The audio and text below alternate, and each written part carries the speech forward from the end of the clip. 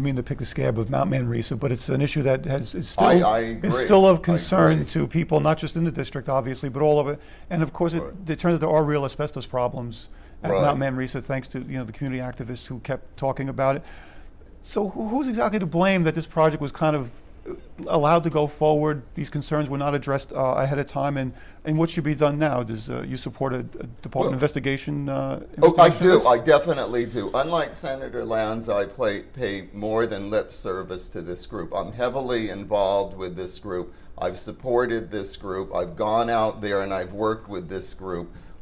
I've spoken with them. Senator Lanza has never been involved with this group. So if he's been making telephone calls, he hasn't been telling anybody. What happened there was a lot of people sidestepped a lot of regulations, and I really wanted the DA to have a look at this, or some sort of special prosecutor to sidestep. And how did those regulations get sidestepped? It goes back to campaign finance, it goes back to money, it goes back to people in power needing money, and the Salvo brothers donate to a lot of campaigns, and that's a concern of mine. Whether it's legitimate or not, it has the appearance of impropriety.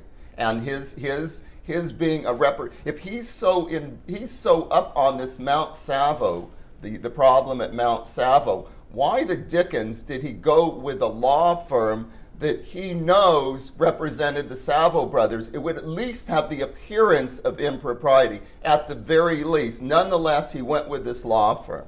Senator Lanza. Yeah, I'm not a partner in a law firm that represents Salvo. It's just another one of his lies.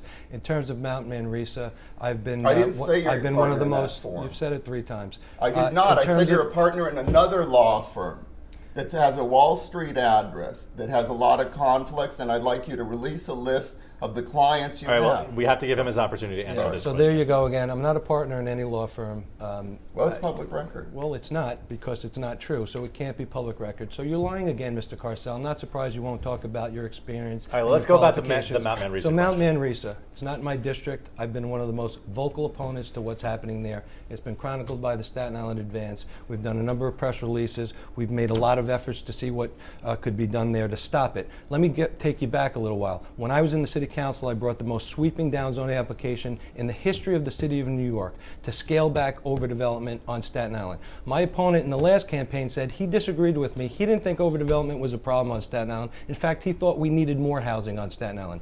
That property was identified by me and other elected officials at the time as a potential problem.